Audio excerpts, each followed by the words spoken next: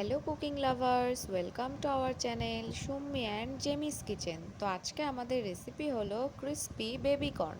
তো এই বেবিকর্নগুলো আমরা দেখুন কি সুন্দর করে কেটে নিচ্ছি গোল গোল করে। বেবিকর্নগুলো খুবই একদম কচি ছিল, খুব সুন্দর নরম ছিল। তো বেবিকর্নের মধ্যে আমরা লবণ, মরিচ, লঙ্কার গুঁড়ো আর একটু চিনি দিয়ে দিলাম। আর অরিগ্যানো তো মাস্ট আছেই, এটা দিলে একদম স্মেলটা খুব ভালো আসে। তারপরে আমরা বেসন দিয়ে নিচ্ছি। তো বেসনটা একটু অল্প পরিমাণে দেবেন, তাহলে কোটিংটা হালকা হবে আর ক্রিস্পি ভাবটা একটু বেশি আসবে। তো আমরা বেসনটা আরও ভালোভাবে মেখে নেওয়ার জন্য অল্প পরিমাণে একটু পানি দিয়ে নিলাম। দেখুন কত সুন্দর করে মেখে নিচ্ছি। আর আলতো হাতে মাখবেন। আর নতুন নতুন রেসিপি পাওয়ার জন্য অবশ্যই আমাদেরকে কমেন্ট করবেন।